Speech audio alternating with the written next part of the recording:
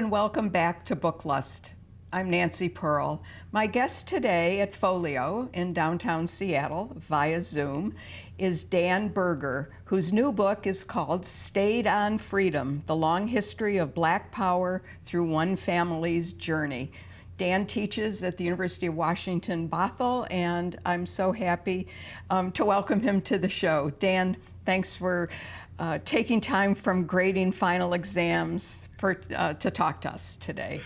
Thanks so much for having me. It's really a great pleasure. Dan, your most recent book, Stayed on Freedom, gives readers a different view of the Black Panthers. Would you agree, and would you expand upon that? Yeah, well, I would say that it gives readers a different view of Black power, because people often tend to associate Black power with the Black Panther Party, which is an unquestionably important organization in the history of Black power. But one of the things this book does is locate Black power in the civil rights movement. And so it's a biography of two longtime but little-known organizers who met in the Student Nonviolent Coordinating Committee, and who were both instrumental, alongside many others, in developing these ideas that we now associate with Black power. And so the Panthers make very, brief cameo appearances in the book, but it's a book about Black power that has very little about the Panthers. Mm-hmm.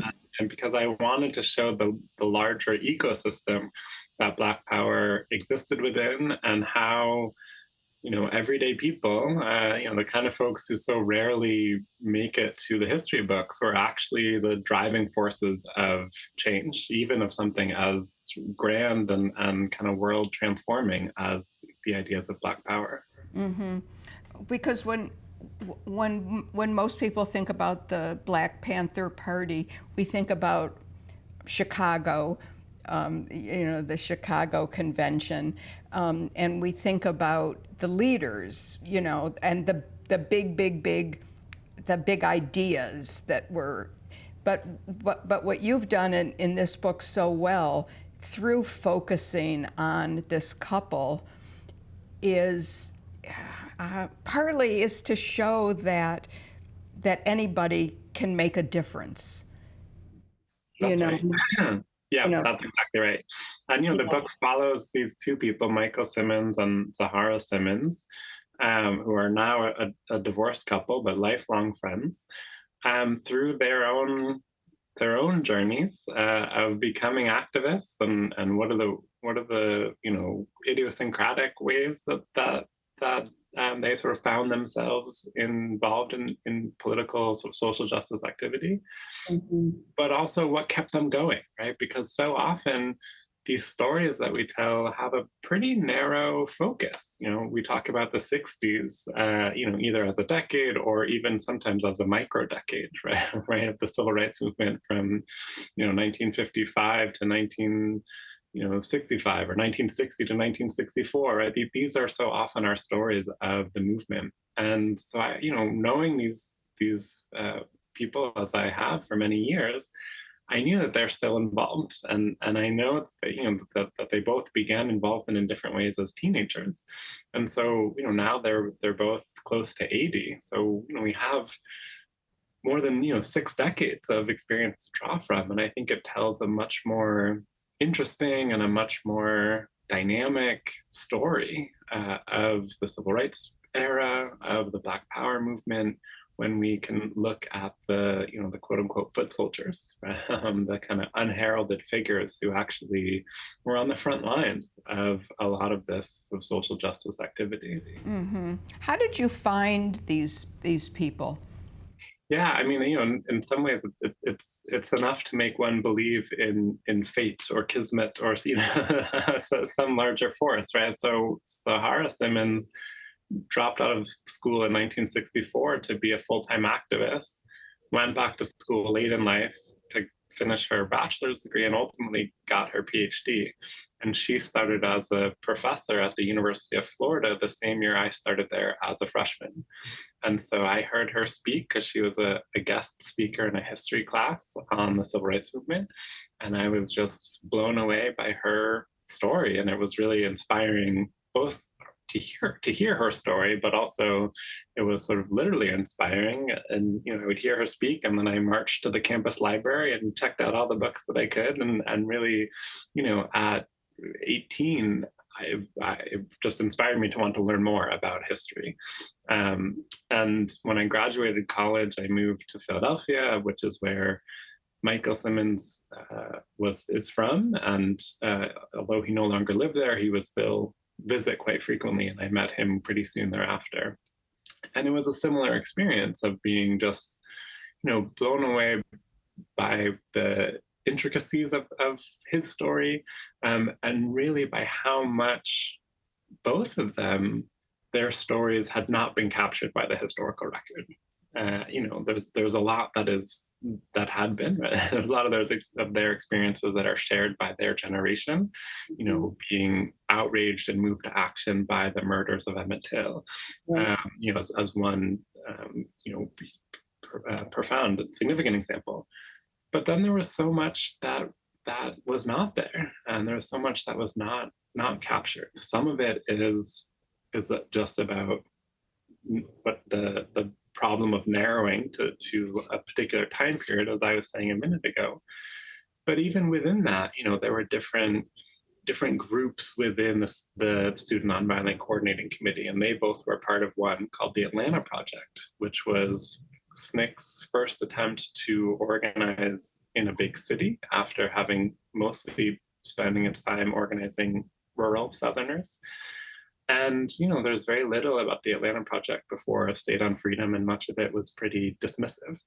And so this was a chance to really dig deep into an aspect of the civil rights movement that has been overlooked, but one that really, at the risk of being grandiose, changed the world, because that is an important seedbed from where the ideas of Black Power were developed and grew. And so just sort of knowing them and their stories, and knowing how much those insights still carry them all around the world. They're both globe-trotting international human rights activists into their 70s, was a story I felt like I really needed to tell. Did they feel that their story was worthwhile telling, or did you have to sell them on it? Yeah. Yeah, they're both such great storytellers. They're great people to just, chat with and be at a party with and so on. And so, they had some experience telling their stories informally in different places, but they both were quite skeptical that there would be an audience for the book. And, as you said earlier in your question, so many of our histories are just of the kind of formal, recognized leaders who were giving speeches or in front of the camera, and they, they're aware of that as much as anybody. And so I think that was more their concern, whether people would care about the work of these sort of frontline activists. But it just felt so important to me, talking with my students or just other people who only recognize these few handful of names, right? Well, there's 250,000 people that go to the March on Washington, right? There's 450,000 people that boycott New York City schools in protests of racist curriculum and poor funding, right before the March on Washington, right? Hundreds of thousands of people participated all over the country and all over the world. Millions participated in these kinds of movements. And if we only know half a dozen names, right, we're missing how that happened, right? We're missing why that happened, and we're missing the legacy of all of those efforts. Your books are, your earlier books and State on Freedom are really focused on like person-to-person interviews. I mean, you spent a lot of time clearly sitting down with Zahara and Michael talking to them. And your earlier books as well are in that, your research comes out of, in a way, those interviews. Is that a a format that you are particularly comfortable in, or did you feel it was the best way to get the meat of what you wanted? Right. Yeah. A little bit of both, I think. Even though I've done a lot of interviews in earlier books, this was a whole different order, right? To approach a biography and think of it as a biography. So it's not just sort of slotting interviews into a larger story, but it is, how do you tell the larger story of and through these people's lives? And so going into it, it was such a benefit and a blessing to be able to work on a project with and about people who are still alive. So I knew, and I felt, oh, I've done interviews, I know how to do this, but this was a much more depthful level of engagement. So in previous books, I would interview someone usually just once, so we'd spend a couple hours together. Some people, maybe we would do a second or third interview, but this is, years of interviews on top of many years of friendship and knowing each other. Mm-hmm. And so it was a level of intimacy and engagement that is far different than I realized it would be when I set out on the project. Yeah, and actually, I think that comes through in the book, and the way the book is written, and in the insights into their marriage, and the insights into the three of you as partners. Yeah. In this book, and in the work for social justice, which you are still involved in as a college professor, but as a person, I think. Yeah, and I think that was something that sort of bonded us and that allowed us to sort of do this project in a different way. Mm-hmm. Are there other people in the Black Power movement, or other people I mean, I know one of your books was on SDS, the Weather Underground. What was that like when you did that? Yeah, that that was my first book, and I was very young and very new at the process. And so I look back on that book with a lot of fondness, because I think I sort of learned how to write a book through writing it, and also some bit of trepidation because I was so young. That I hope it stands up. But I think that's certainly an example where I knew someone, and that was part of my way in. But then a lot of the people who I interviewed for that book, yeah, we spoke a couple of times for a few hours. Mm-hmm. But that's certainly the project where I learned what has become my method, I guess, as a writer and as a scholar. That is a balance of interviews and archival work, and sort of going back and forth, or sort of really putting them in conversation with each other. Putting the archival work in conversation with the That's right. with the present, actually. Yes. Yeah. Yeah. Exactly. Yeah.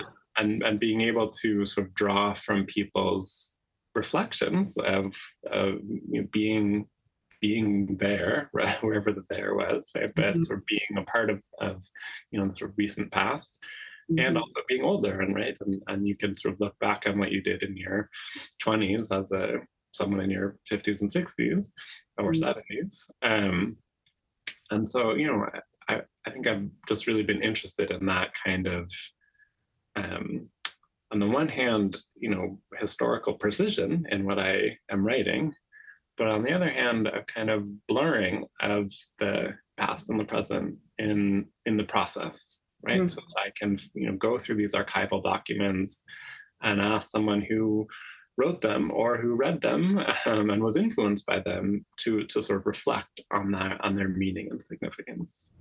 Was there anything in particular that surprised you about Michael and Zahara's experience? I mean, something that illuminated the Black Power movement for you in a way that it hadn't been? Yeah, there's a lot there. I think one thing when I began the project, Michael was living in Hungary, where he had lived for a long time and was where he was engaged in a lot of human rights work, particularly with Roma communities. And when I began the project, I had been studying Black studies, African American history for a long time. had a I thought I had a decent sense of a kind of Black internationalism that connected Black Americans to people in the African continent, that connected people across the Americas. But I was still baffled with how does this Black Power organizer find himself in Hungary working with Roma communities? That to me felt a bridge too far. So I didn't quite get that piece of it. And so I think doing this research and really, sort of digging deep with him and his history and just sort of following the path of how he got there, it just illuminated, right, that Black internationalism is not just and has never been just about the quote unquote Black world, right, but it has always been about the world, and that kind of orientation to people who are being oppressed and what does it mean to empower them to fight for their own lives and fight for their own communities. I think it's something that I have understood so much deeper as a result of doing this project. Mm-hmm. One of the when we met at the King County Library fundraiser, Literary Lions, we were at tables next to each other, and of course I was really interested in your book, and so happy that this worked out that we could talk more about it. But I asked you what you were working on now, and the answer that what you told me was just fascinating to me. So can I ask that same question? So Dan, what are you working on now? Yeah, I'm embarrassed that I'm not further along in the in the months in between, but I'm in the early stages of a project that is essentially an incarcerated people's history of the United States. So thinking through what does this country look like from the perspective of those who it has incarcerated and imprisoned. And of course, prisons have changed over time, but I think there is a certain tradition among the knowledge and ideas that get recirculated within sort of jails, prisons, detention centers, workhouses, that I want to explore in this book. And do the same way by interviewing. So this book will be a little bit different because it's trying to go to the start of the United States or even before. And so it's drawing, a lot of my work has been in conversation with the 1960s moving forward. And this, I'm going back to the 1760s. So I certainly won't have the same kind of source material and interviews. As I move more towards the present, certainly the interviews will be a part of that, but this will be much more archivally oriented. Right. Do you feel a kind of not to put more pressure on you, but do you feel a kind of pressure that you need to get the views of those like older prisoners, down in some way? Oh, absolutely. I have long felt that we need a version of the Works Progress Administration, effort that happened in the 1930s to captures maybe the wrong word, but to record the voices and experiences of people who had been enslaved, right? And that has given us this profound, complicated because of the prejudices of many of the interviewers, but a profound archive of oral histories of slavery. And I think certainly with the with less kind of patronizing and paternalistic attitudes, but I think we need to do similar things for people who are currently incarcerated or are formerly incarcerated. How do you go about finding How are you going about finding the right people to talk to and getting permission? Actually, I guess that would be another good question to ask you. Yeah, for sure. And this is where I'm still kind of mapping out the project in terms of who to include. And I think it will be, um, I think there are some people who are so clearly significant to the story of American incarceration that they need to be there. I've done a lot of research on George Jackson, who remains, although long deceased, remains an influential figure. So, he's someone who clearly belongs in that story. Mm-hmm. Um, Eugene Debs as the presidential candidate from prison, to date, the most successful presidential candidate. And we might have another one. Who knows? Right, so I think there are some figures who are clearly sort of canonical in that story, but then the part of the point of that project, like really, I think a lot of my work is to bring attention and focus to people who are not well known and yet who illuminate some sort of profound truths, right? So there's someone who is also deceased, but a man named Yaqui Sales, who was a really sophisticated thinker about changes to the inner city that were happening alongside the rise of mass incarceration. And he was writing in Illinois in the 70s and 80s. So he's someone that I'm really keen to include in the book. I'm on the advisory board of this effort called the American Prison Newspaper Archive, which is an attempt to digitize prison newspapers from their beginning in the 1800s all the way to the present. Wow. And so really going to be relying a lot on that project as a way to identify and work through this kind of literary tradition. As someone who's been interested in and worked in the social justice movement yourself, your family, what do you see? Are you a saver in your own life? I mean, are you, do you like save every? I guess people aren't getting letters, but do you know what I mean? Are you somebody, because you know the importance of archival material? No, there's a reason I have my background blurred on Zoom. It's because there's just a complete mess behind me of filing cabinets overflowing with papers. And, more and more prison systems are giving some version of email, but there's still many incarcerated people who only have access to the mail. Mm-hmm. I think the work that I have done around or against mass incarceration, with the work I've done with different incarcerated people, has given me a sort of lifelong love of physical mail. And so, yeah, a lot of what exists in one of the filing cabinets behind me is letters and mail. And so, yeah, I'm a horrible saver. Well, that's probably, as a historian, that's probably really, really good in many ways. What's the next area? Do you think that the prison work that you're doing, which certainly intersects a lot with everything else that you've done with the Black Power, the state on freedom, do you see yourself sticking with those two as your kind of life's work, or? Yeah, it's hard to say in some ways. I don't have a novel inside of me,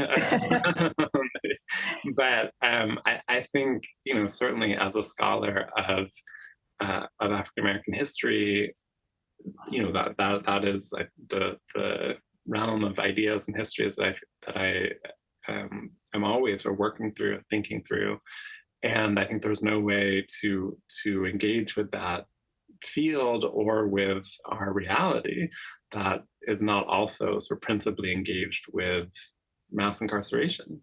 Mm-hmm. Right. The country's ignoble experiment in locking people up. Yeah. So in some way, that feels very much a part of who I am and what I'll be doing. But the forms of that will take, I think have changed over time in some generative ways. Right. And do you learn a lot from your students? Absolutely. Yeah. And, the Bothell campus of UW is a really special place to be. And I have a lot of students who are really passionate about these ideas and also who have different kinds of life experience. So when I teach about mass incarceration, I frequently have students who have loved ones who are incarcerated or who themselves have been incarcerated. And I wouldn't expect otherwise, knowing what I know about how many people have have been incarcerated in this country, right? If the numbers are what they are, we should expect every classroom reasonably is going to have someone with a kind of personal connection to these issues.